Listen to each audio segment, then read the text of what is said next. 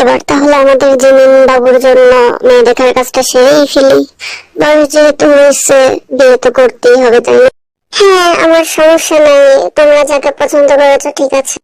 দুষ্ট ছেলে বিয়ের আগেই চোখ মারলো। এসব চোখ মারামারি বন্ধ করো। এখানে আমরা বিয়ের কথাবার্তা সারতে আসছি, দুজনে দুজনের জায়গায় চুপ। আমার কিন্তু বিয়েতে একটা শর্ত আছে, অবশ্যই আছে। আমি তোমার সব শর্তই মানতে রাজি আছি। আমাকে প্রতিদিন 10,000 টাকা হাত খরচ দিতে হবে। ও, মাত্র 10,000 টাকা? এটা তো কোনো ব্যাপারই না, এটা নিয়ে সমস্যা নাই। অনেক কম বলে ফেললাম মনে হচ্ছে, ধরো। আচ্ছা বলো তো, প্রতিদিন এই 10,000 টাকা দিয়ে তুমি কি করবে? আসলে মেয়ে মানুষ তো, হয়তো মেকআপের পিছনেই খরচ করো। মনের কথাটা বুঝলেন কিভাবে? না মানে তোমার চেহারা দেখলেই বোঝা যায়। ও ধন্যবাদ, তার মানে আমি এতই সুন্দরী?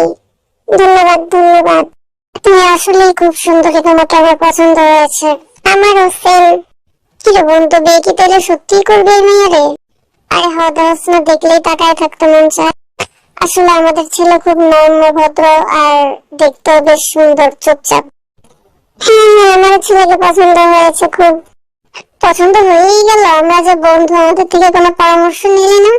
আমি যেহেতু লিডার, শুধু আমার পরামর্শ থাকলেই হবে, সবার এত পরামর্শ প্রয়োজন নাই।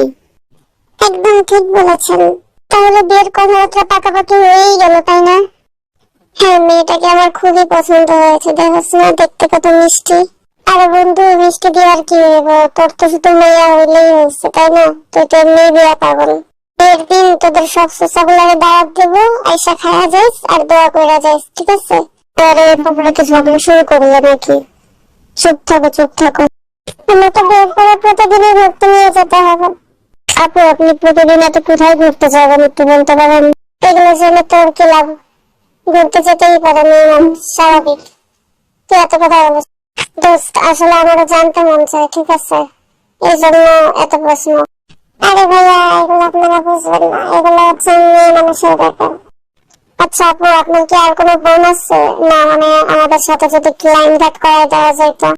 হ্যাঁ, বোন তো অবশ্যই আছে, কিন্তু আপনাকে নাম্বার দেওয়া যাবে না। নাম্বার না দিলে আর লাইন ঘাট করবো কিভাবে বলেন?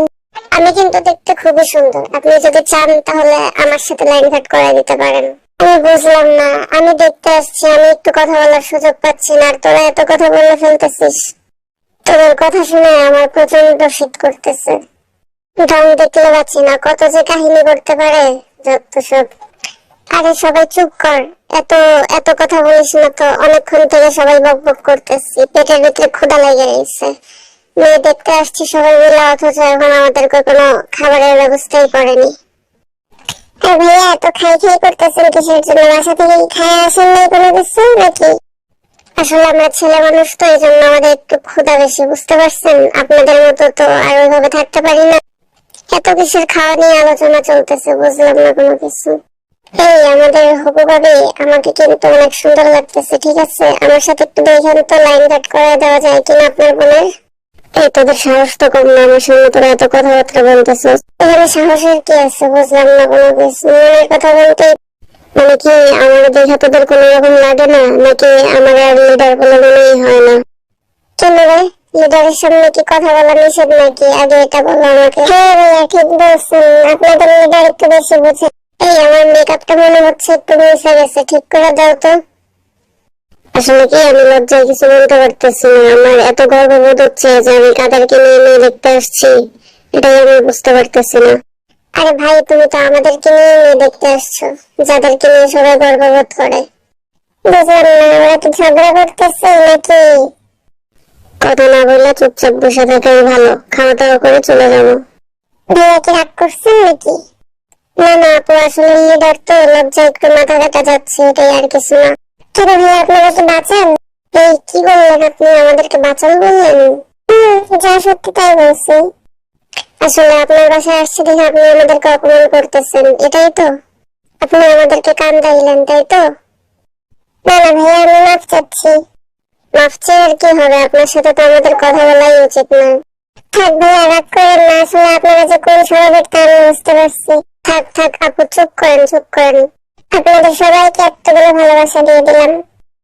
আপু, আপনার কথা শুনে না আমার সত্যি সত্যি পিঠ চুলকাইতেছে, বুঝতে পারছি। ভাইয়া আপনি খুব ফানি। এই কিরে উপর থেকে কি পড়লো? ও কিছু না, ওটা ময়লা। আমি ময়লাওয়ালা ঘরে এসেছি তাই না? নিজেরা কত পরিষ্কার ওয়ালা।